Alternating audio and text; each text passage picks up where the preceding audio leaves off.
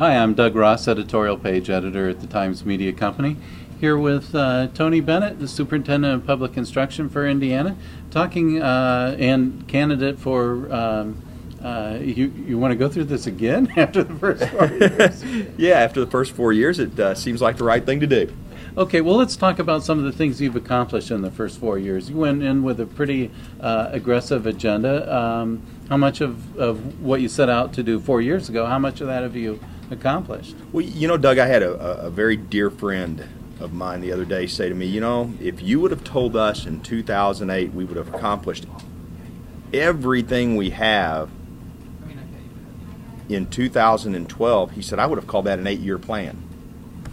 So, you know, from incredible choices for children, expanded charter school legislation, teacher effectiveness, making sure every child has an effective teacher in front of them, third grade reading, A through F school accountability, you know, the regulatory reform, then combined with the results we've seen, I would say it's been a very prosperous 4 years for Indiana schools and Indiana students, especially Indiana students. And I think it gives us an incredible platform to really look for 4 more years of really propelling Indiana to that city on the hill. Well, we were talking about when you had that conversation over at Centennial Park in Munster last year, I guess it was, and there was so much. This was talking with different teachers, a couple of union reps and so forth, and getting the conversation at that level about what needed to be done, both your perspective and theirs. Mm-hmm. And there was so much controversy surrounding you at the time, and still is, that we had to arrange security and so forth. The police department was concerned. Talk about the controversy. Well, you know, Doug, I learned a long time from a very wise educator named Bob Larkin that where there's growth, there's pain. And the last 4 years have been about the growth of Indiana's education system and really the evolution of that system to a system that serves 21st century learners. And at times, the discussion has been painful. It's been, as you mentioned, controversial. But there's also a part of me that says it's about time. You know, we spend 55.6% of our state budget on this thing called education. And don't you think it was about time we had that really robust debate, discussion, exchange of ideas that leads to action? And I think that debate that leads to ideas and action has been absent from our education system for far too long. So while the controversy is never fun to go through, you know, having your house vandalized is never a good thing. Having to have security at events is never fun. But I think about the greater good and the greater level of discussion we've had about meaningful education reform, and frankly, I'm not sure I would change a thing. Okay.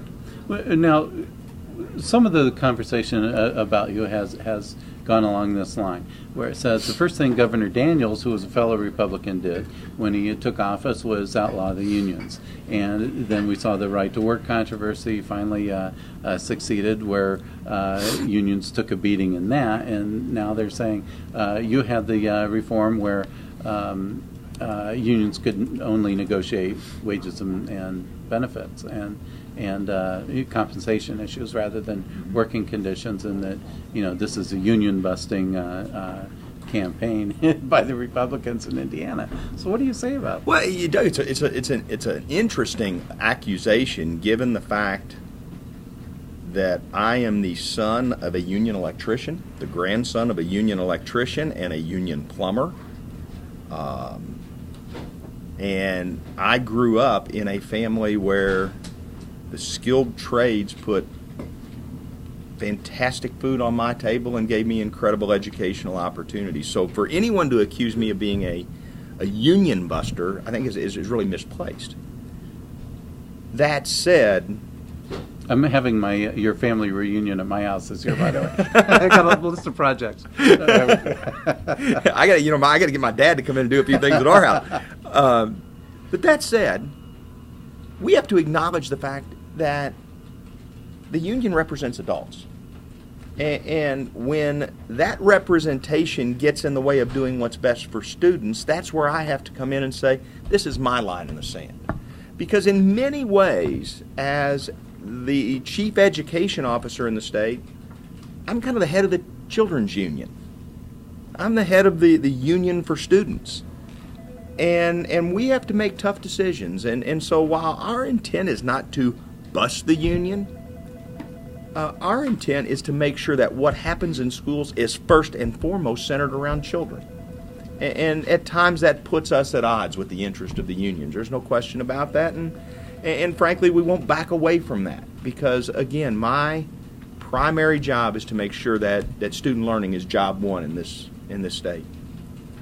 Okay. Going forward, the next 4 years, what can we expect? Doug, I think as proud as I am of what we've done in this state, I still maintain in many ways we have a long way to go. We picked a lot of low-hanging fruit in 4 years. We did a lot of things a lot of states want to do. Matter of fact, a lot of states want to compare themselves to Indiana. But I think we have to look at funding transformation. I think we have to look at rebuilding a funding formula so that we are funding results. We're funding excellence. We're funding outcomes. We're funding improvement in schools, and we target what should happen there. I think we have to talk about this issue of school and district level accountability, so that we take quicker action when schools chronically fail, and we give incentives for schools who are getting better or reaching that level of excellence, and in between we give the districts more flexibility to fix their own problems.